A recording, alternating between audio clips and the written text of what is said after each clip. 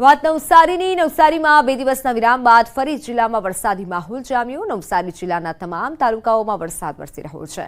નવસારી શહેરમાં આવેલા circuit house, depot, જૂના થાણા, કુંભારવાડ સહિતના વિસ્તારોમાં વરસાદી ઝાપટા પડ્યા। નવસારીના ગ્રામ્ય વિસ્તારોમાં પણ વાદળછાયા વાતાવરણ બાદ વરસાદી માહોલ જામ્યો। ગણદેવી તાલુકાના ધનોરી, બિલીમોરા, ચાંગા સહિતના ગ્રામ્ય વિસ્તારોમાં પણ વરસાદ નોંધાયો।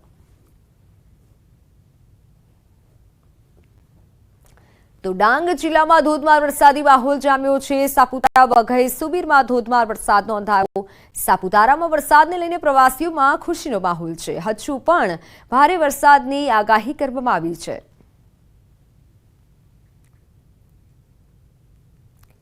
તો મહીસાગર જિલ્લામાં સાર્વત્રિક વરસાદી માહોલ જામ્યો છે। ગત રાત્રિએ મહીસાગર જિલ્લામાં મનમૂકી મેઘરાજા વરસ્યા। કડાણા તાલુકામાં 3.5 ઇંચ જેટલો વરસાદ નોંધાયો। ખાનપુર તાલુકામાં 2.5 ઇંચ વરસાદ નોંધાયો। બાલાસિનોર તાલુકામાં 1 ઇંચ કરતાં પણ વધુ વરસાદ નોંધાયો। મહીસાગર જિલ્લામાં લુણાવાડામાં 1.5 ઇંચ વરસાદ વરસ્યો। સંતરામપુર અને કડાણા તાલુકામાં પણ વરસાદી માહોલ જામ્યો। ગત રાત્રિએ મહીસાગર જિલ્લાના વિવિધ તાલુકાઓમાં વીજળીના કડાકા ભડાકા સાથે ધોધમાર વરસાદ પડ્યો। ગીર સોમનાથમાં કોડીનારમાં વરસાદી માહોલ છે। ગ્રામીણ વિસ્તારોમાં અત્યારે વરસાદ થઈ રહ્યો છે। કોડીનાર, પેઠાવાડા, આણંદપુર વરસાદ, નવાગામ, કડવાસણમાં પણ વરસાદી માહોલ જામ્યો। ગીર સોમનાથના વેરાવળ, પાટણ સહિત ઉના શહેર અને આસપાસના ગ્રામ્ય વિસ્તારોમાં વરસાદી ઝાપટા પડ્યા। થોડા વિરામ બાદ વરસાદી માહોલ ફરી એકવાર છવાયો હતો।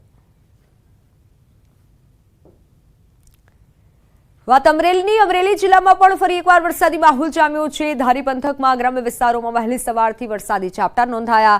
ધારી, ઝર, મોઝર, છતડિયા, ખીચા સહિતના ગામોમાં સતત વરસાદી ઝાપટા પડી રહ્યા છે। ધીમી ધારે વરસાદ થતાં ખેતીને ફાયદો થશે।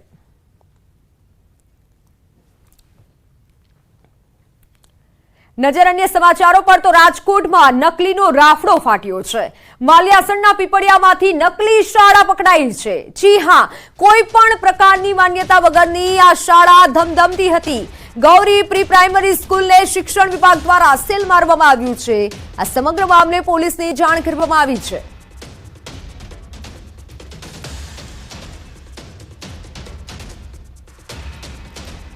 કોઈ પણ માન્યતા વગર આ શાળા ધમધમતી હતી। ત્યારે સવાલ એ થાય છે કે હજી સુધી આજ દિન સુધી શિક્ષણ અધિકારીને કેમ તેની કોઈ જાણ ન થઈ। શિક્ષણ વિભાગે હાલ તો પોલીસને જાણ કરી છે, તપાસ કરવામાં આવશે, પરંતુ नकलीનો રાફડો ફાટ્યો છે।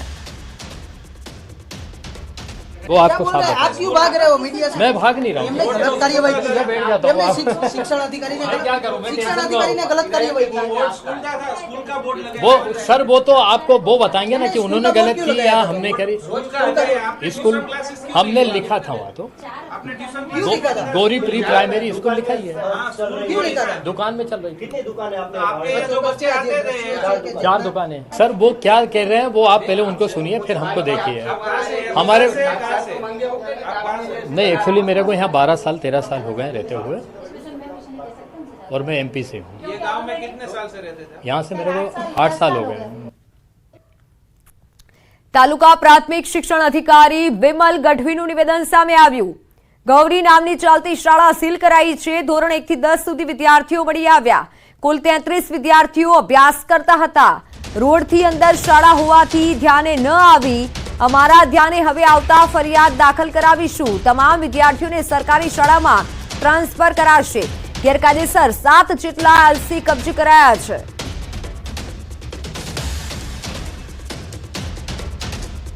શિક્ષા અધિકારી આવ્યા ને ત્યારે અમને ખબર પડી કે આ સ્કૂલ નકલી છે। ત્યાં લગી અમને નહોતી ખબર। આ બાળક મારું 6 વર્ષથી અહીં ભણે છે। જ્યાં સ્કૂલ સ્ટાર્ટમાં બની ને ત્યાંથી ભણે છે। કેટલા અંદાજિત કેટલા વિદ્યાર્થીઓ અહીંયા હશે? અહીંયા વધીને 30 થી 35 વિદ્યાર્થીઓ હશે, વધારે હતા નહીં। આવે ને જાય અને સલટી માંગીને લઈ ઉપડે। કોઈને સલટી દે જ નહીં। આને કેટલા ધમકી મારીને ગયા છે, પણ આ મેં એવો ફેસલો લીધો, પૈસા એમ કે પૈસા દઈ, પણ મારે પૈસા જોતા નથી, મને સલટી જઈશ। તપાસ પર જતા ખ્યાલ આવ્યો કે આ માન્યતા વગરની શાળા ચાલી રહી છે, જે ગૌરી પ્રાઇમરી શાળાના નામથી એ લોકો ગૌરી ઇંગ્લિશ મીડિયમ સ્કૂલના નામથી એ લોકો શાળા ચલાવી રહ્યા છે। પોલીસ ફરિયાદ હું જ કરીશ। સાહેબ, આ 2019 થી શાળા શરૂ હતી, હવે સાહેબ આ પરિસ્થિતિ જે ચાલે છે રોડથી અંદરના વિસ્તારમાં ક્યાંય કોઈના ધ્યાનમાં આવેલી નથી.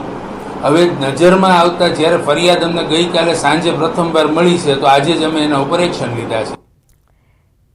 ગુજરાત એટીએસને મોટી સફળતા મળી છે. ડ્રગ્સ સાથે અફઘાની નાગરિકની પણ ધરપકડ કરવામાં આવી છે. દિલ્હી ખાતેથી 460 ગ્રામ હેરોઇન સાથે શખ્સને ઝડપ્યો છે. આંતરરાષ્ટ્રીય ડ્રગ્સ રેકેટમાં સંડોવાયેલ હતો મોહમ્મદ યાસીન. માર્ચ 2024માં આરોપી સાથે એફઆઈઆર નોંધાઈ હતી. આરોપી સામે એટીએસ અને સુરત ક્રાઇમ બ્રાન્ચ જોઈન્ટ તપાસ કરી રહી હતી અને તે દરમિયાન દિલ્હી પોલીસને સાથે રાખી એટીએસની કાર્યવાહી અફઘાનિસ્તાનથી 2017માં મેડિકલ વિઝામાં ભારત આવ્યો હતો, પરંતુ તે શખ્સને હવે ઝડપી પાડવામાં આવ્યો છે. એટીએસની ટીમને મોટી સફળતા મળી છે. ટીમ બનાવવામાં આવેલી જેમાં એટીએસના પીઆઈ અજીત ચાવડાના નેતૃત્વમાં એટીએસની ટીમ અને સાથે સાથે સુરત ક્રાઇમ બ્રાન્ચની ટીમ પણ રાખવામાં આવેલી. એ ટીમ દિલ્હી પોલીસની મદદથી એ જે શકમંદ માણસ છે એની જે જગ્યા ઉપર એ વેચણી કરતો હતો ત્યાંથી એની ધરપકડ કરી અને એની ઝડપી દરમિયાન લગભગ 460 ગ્રામ હેરોઇનને પણ એનાથી આપણે રિકવરી કરવામાં આવેલી છે. એ જે માણસ છે મોહમ્મદ યાસીન, એ મૂળ જલાલાબાદ અફઘાનિસ્તાનનો રહેવાસી છે. એ 2017માં ઇન્ડિયામાં આવ્યો હતો, મેડિકલ વિઝાના આધારે આવ્યો હતો. તો અમદાવાદમાં 10 વર્ષની બાળકીના અપહરણનો કેસ. કાલુપુર પોલીસે 4 આરોપીઓની ધરપકડ કરી લીધી છે. દંપતીને સંતાન ન હોવાથી અપહરણ કર્યું હતું. આરોપી રાહુલ અને તેની પત્ની સહિત એકની ધરપકડ કરાઈ છે. બાળકીના અપહરણના સીસીટીવી પણ સામે આવ્યા હતા.